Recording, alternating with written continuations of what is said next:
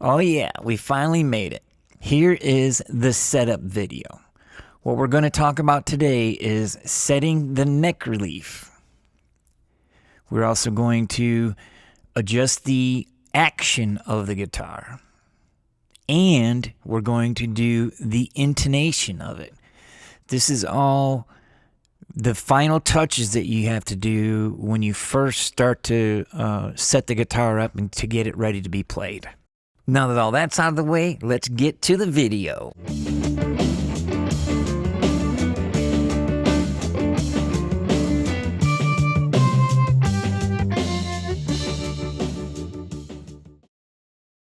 So here are some of the tools that you're going to need to get this thing going.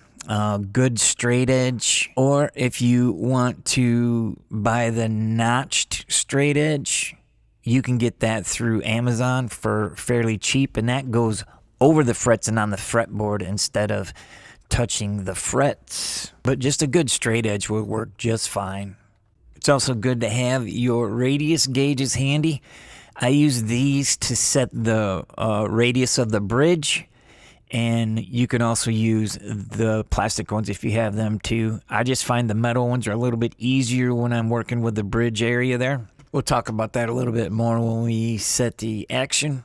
You're also going to need a Phillips screwdriver handy, and I have a couple different sizes that I just keep in my little pack here. And a pair of dikes is always good to have around. Also, you're going to want to get a capo. This is going to be needed for a few things that we got to do. And a 10,000ths feeler gauge. This is the one I always use for everything, so I keep that out of the pack. You're also going to need a string action ruler. This is just a couple bucks on Amazon too, but you actually have it in millimeters and thousandths, and you can see the step up as you go. So when you're actually setting the string height, it's a little easier to follow. I also keep one of these rulers around. It has 64ths and 32nds on it. So if you need to read in that, you can with this little guy right here. But I mainly use the string action ruler. It's just easier. Here are the Allen wrenches to adjust the neck, and the Allen wrench to adjust the saddle height. And that's pretty much it. Pretty simple, easy tools. Nothing too crazy. And since we did the nut last week, we're going to work our way down and start with the neck relief. Okay, so the first thing you need to do is, check and see where you're at on the neck. Now, I already adjusted the neck a while back, so I knew that it was flat. And we're going to start with the notched ruler. So you have your 10,000ths feeler gauge, and then you basically just take the notched ruler and you stick it on the neck. And right around the 7th fret, you want to have the 10,000th space. Obviously, this is flat, so it's not going to be there. But you want to check it anyway, so just take your feeler gauge and see if it will go through, and if it don't go through, then you got to put a little bit of relief in it. And that's what's happening right here. So when we put a little bit of relief in it, we take the Allen wrench that we had that fits up by the nut. All we're going to have to do is turn it toward the high E string, and that will give it a relief. It'll put bend in the neck. If you need to straighten out the neck, you turn it the other way toward the low E string, and that'll take the bend out of the neck. And so you just want to do this a little bit at a time until you get the right space that you want. And make sure it's at 10,000ths, and you're good to go. Now, to do this with a straight edge is basically the same thing, except for you are measuring the top of the fret to the bottom of the straight edge. But it's the same principle. You put your straight edge over it, and then you take your feeler gauge and you go to the 7th fret, the top of the fret, and check the space there. and you should have around 10 thousandths. And if you don't, it's the same thing. You just put a little bend in it if you need more, and you straighten it out if you need less. But I think that probably the most convenient way to do this would be to do it from the string technique. And this is where you take a capo and you put it on the first fret. Then you also press down on, I believe it's the 17th fret, where the neck meets the body right there. And you press down on that. And then you check the space around the 7th to 9th fret. And you see what you're getting there.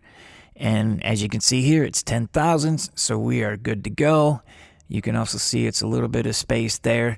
But you're actually using your string as a straight edge instead of putting tools on the guitar too. So when you're going to make your adjustments to put bow in the neck, you turn it toward the high E string. And to straighten out the neck, you turn it toward the low E string. You don't want to crank on anything or anything like that because you could really screw something up there. But it's just little turns at a time. It really isn't much at all. And you'll be able to see it as you're doing it. So that is how to set the neck relief. Now, when it comes to setting the action or the string height, this is very personal preference. But I'm just going to give you a roundabout way I do it, and we'll go from there. So you want to put a capo on the first fret. This eliminates any problems that you could be having with your nut, okay? So we put that capo on the first fret, and then we take our string action gauge there, and we look for the right size we want. Mine is 1.5 millimeters. I know that. That's what I always use. I use it for everything. And you can see on the gauge where it has thousandths and millimeters on there. So whatever you're comfortable with, you can do.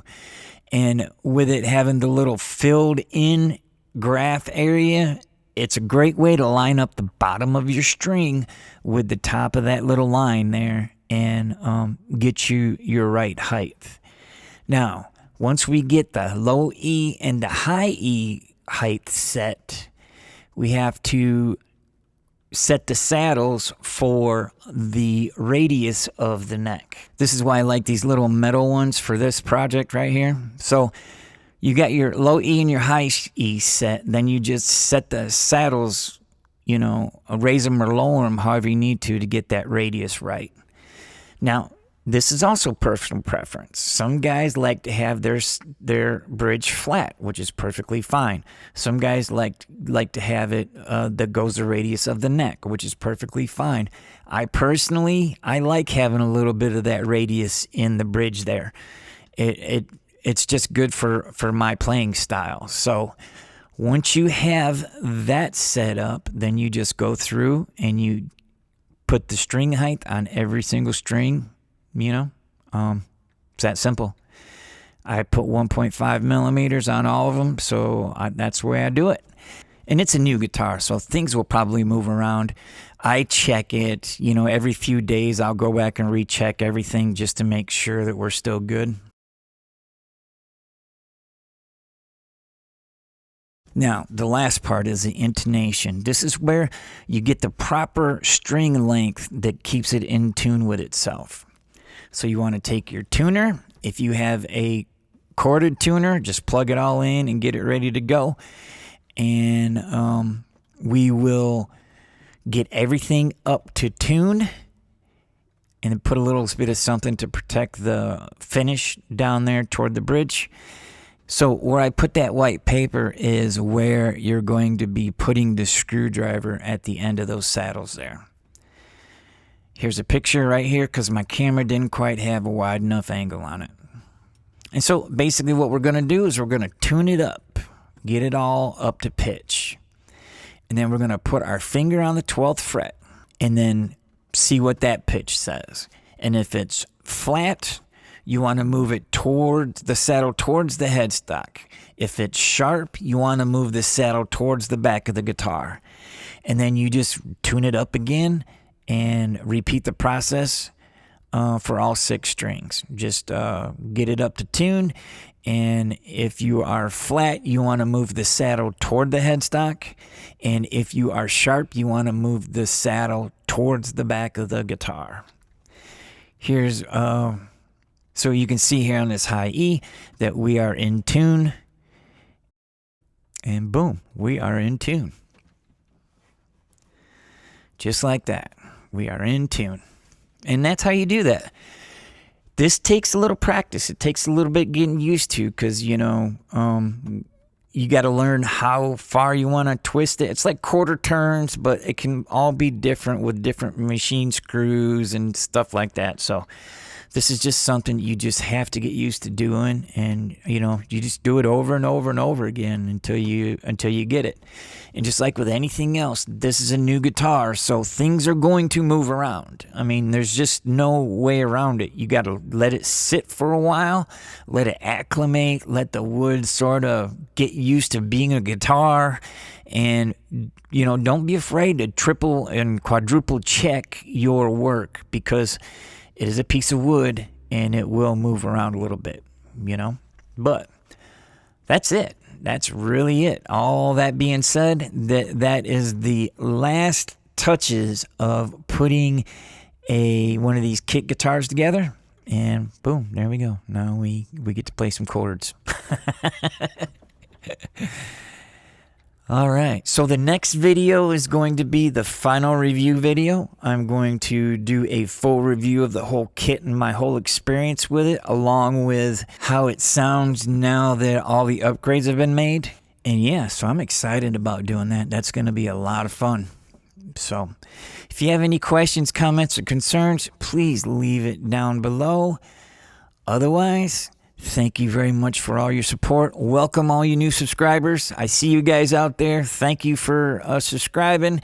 And feel free to leave any comment or question that you have. We will talk to you on the next one. Thank you.